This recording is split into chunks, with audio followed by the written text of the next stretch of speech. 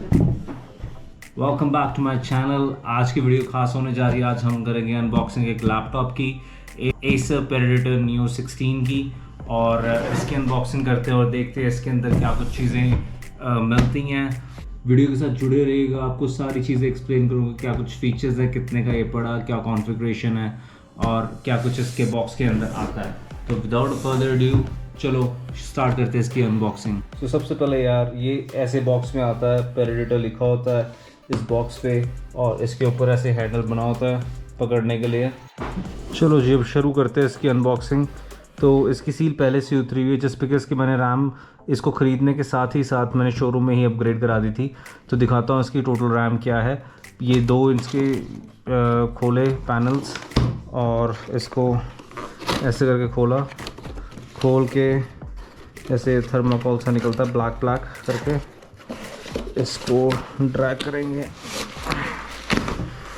अच्छा हाँ, इसको ड्रैग करेंगे। इसके बीच में ही ये डॉक्यूमेंटेशन वगैरह, इसका मैनुअल, सबसे पहले इसका मैनुअल वगैरह है।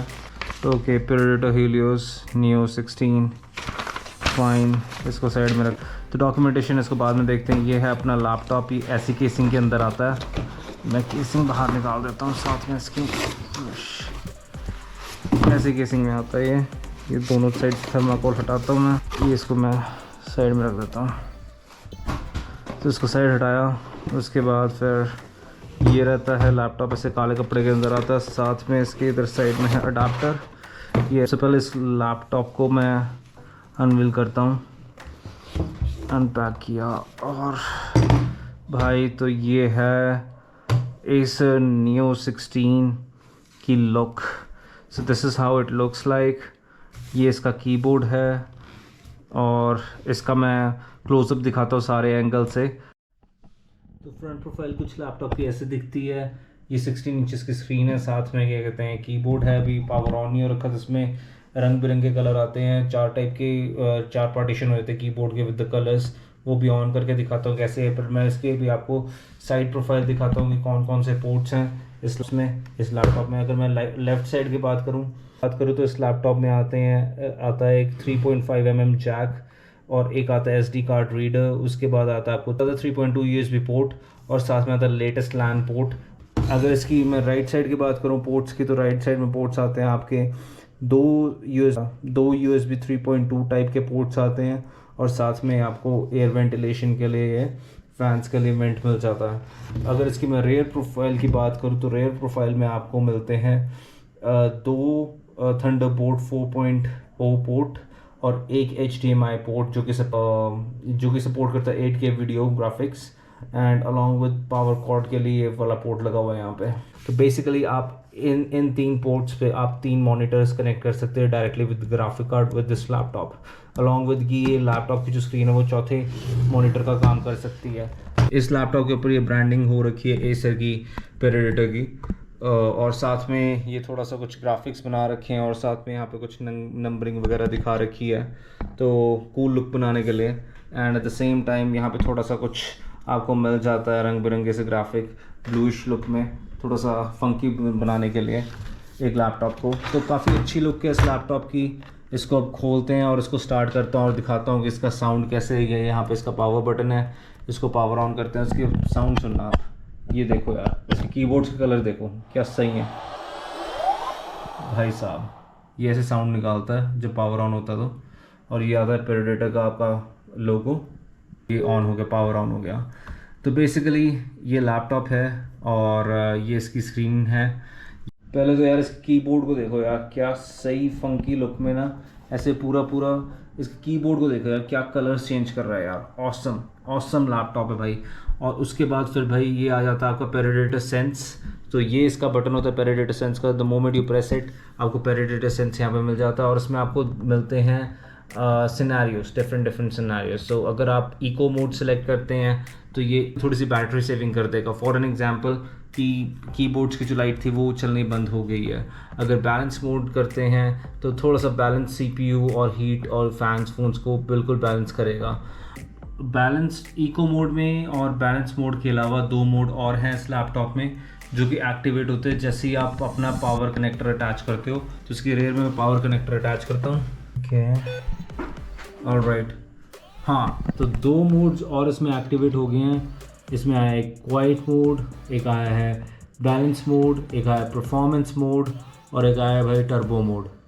तो यू कैन चूज़ अकॉर्डिंगली जैसे भी आपका काम है। अगर आप एडिटिंग वगैरह करते हैं तो आप टर्बो मोड पे कर दो, जिसमें आपकी पहले से ही रैम और ज़्यादा CPU GPU यूज़ करने की, तो वो अपने आप सिलेक्ट कर लेता है सिस्टम ऑटोमेटिकली। इसमें आपको फ़ैन कंट्रोल्स भी मिल जाते हैं। आप अगर फ़ैन कंट्रोल पे तो जाओगे तो फ़ैन कंट्रोल मिल जाते हैं, जैसे कि अभी ऑटो सिलेक्ट हो रखा है according to the temperature of the room, वैसे ही ये अपने आप फ़ैन की स्पीड बढ़ा देते हैं। अगर मैं मैक्स कर दूंगा फ़ैन स्पीड, तो फ़ैन स्पीड की साउंड सुनना यार, क्या निकलती है साउंड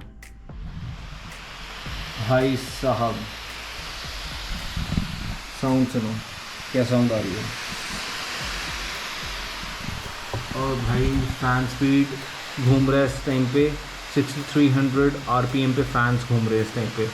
मैं वापस उसको नॉर्मल ऑटो पे कर देता हूँ, according to the room temperature अपने आप एडजस्ट कर लेगा।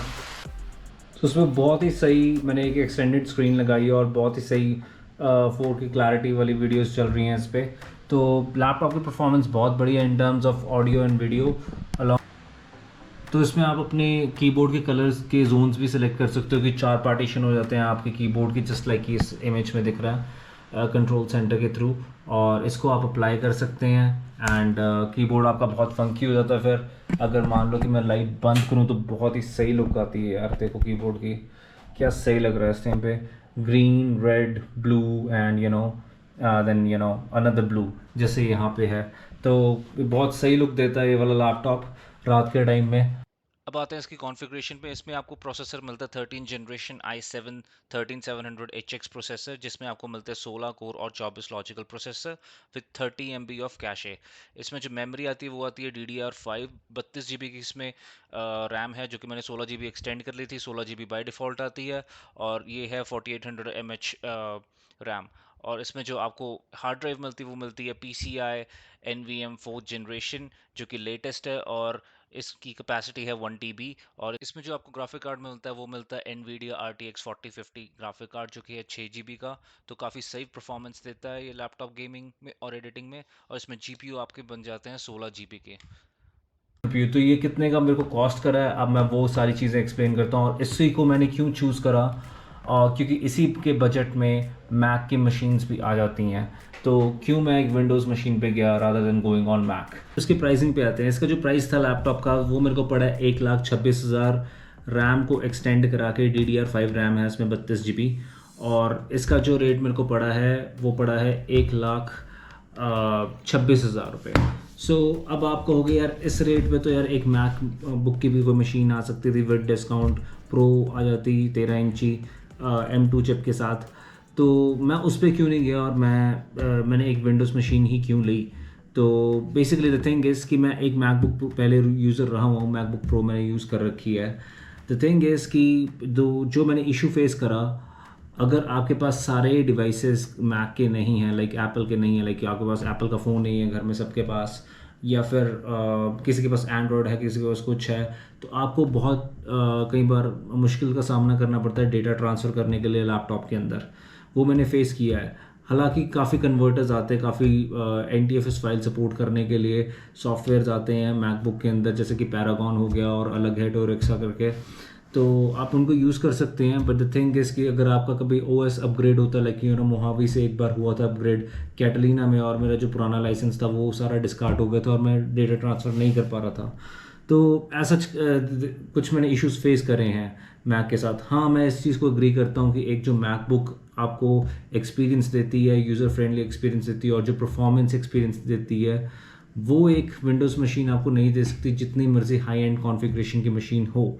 लेकिन इस मशीन के अंदर क्या प्रोज है एक मैकबुक से ऊपर, इसके पोर्ट्स। इसमें जो आपको पोर्ट्स की फ्लेक्सिबिलिटी मिलती है कि 3 आपको USB 3.2 के पोर्ट मिलते हैं, एक 3.5 mm जैक मिलता है, और आपको एक SD कार्ड रीडर मिलता है, 2 थंडरबोल्ट 4 पोर्ट मिलते हैं और एक HDMI पोर्ट मिलता है। तो आपको एक डॉकिंग स्टेशन की कभी रिक्वायरमेंट होती ही नहीं, किसी कन्वर्टर की रिक्वायरमेंट होती ही नहीं कि USB C थंडरबोल्ट पोर्ट से आप कन्वर्ट कर रहे हो HDMI, you don't need that. आपको कोई भी एक्स्ट्रा खर्चा करने की ज़रूरत नहीं है। अगर आपके पास ये मशीन है, आप अपने सारे डिवाइसेस इसके साथ कनेक्ट कर सकते हो from the day one.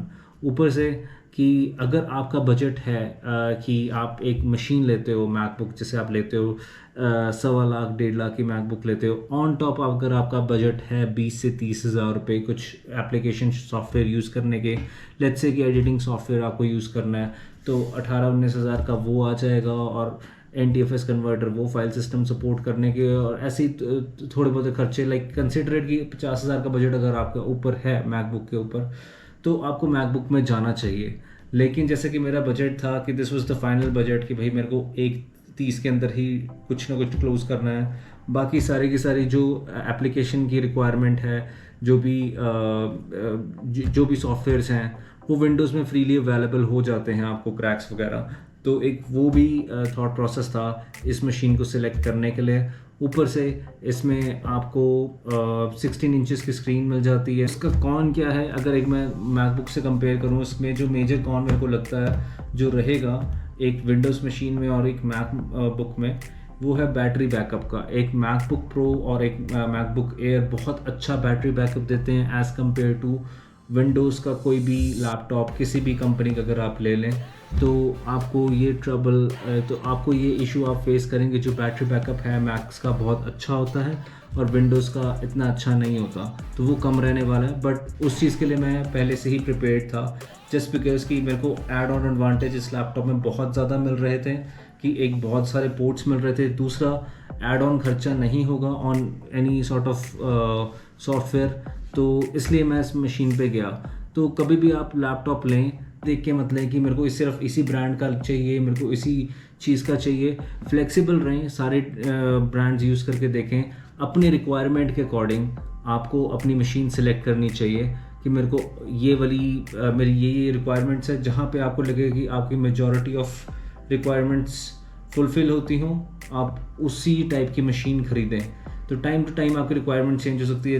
Let's say कि आज मेरी रिक्वायरमेंट इस लैपटॉप ने पूरी करी, कल को शायद 5 साल बाद, 6 साल बाद, जब भी मैं लैपटॉप अपग्रेड करूँ जैसे भी है, तब कोई और ब्रांड का लैपटॉप मेरी रिक्वायरमेंट फुलफ़िल कर रहा हो। क्या पता आपका बजट 5 साल बाद बढ़ गया हो, तो definitely I will go back to Mac और व्हाटसोएवर, उस टाइम पे जो भी अवेलेबल ऑप्शन होंगी। आप लोग कमेंट करके बताना, अगर आपके पास ये चॉइस होती है कि इस बजट में आपको कोई लैपटॉप लेना था, आपको कौन सा लैपटॉप लेते हैं। कमेंट करके बताना ये लैपटॉप आपको कैसा लगा। So thank you for watching my video and stay tuned to my channel.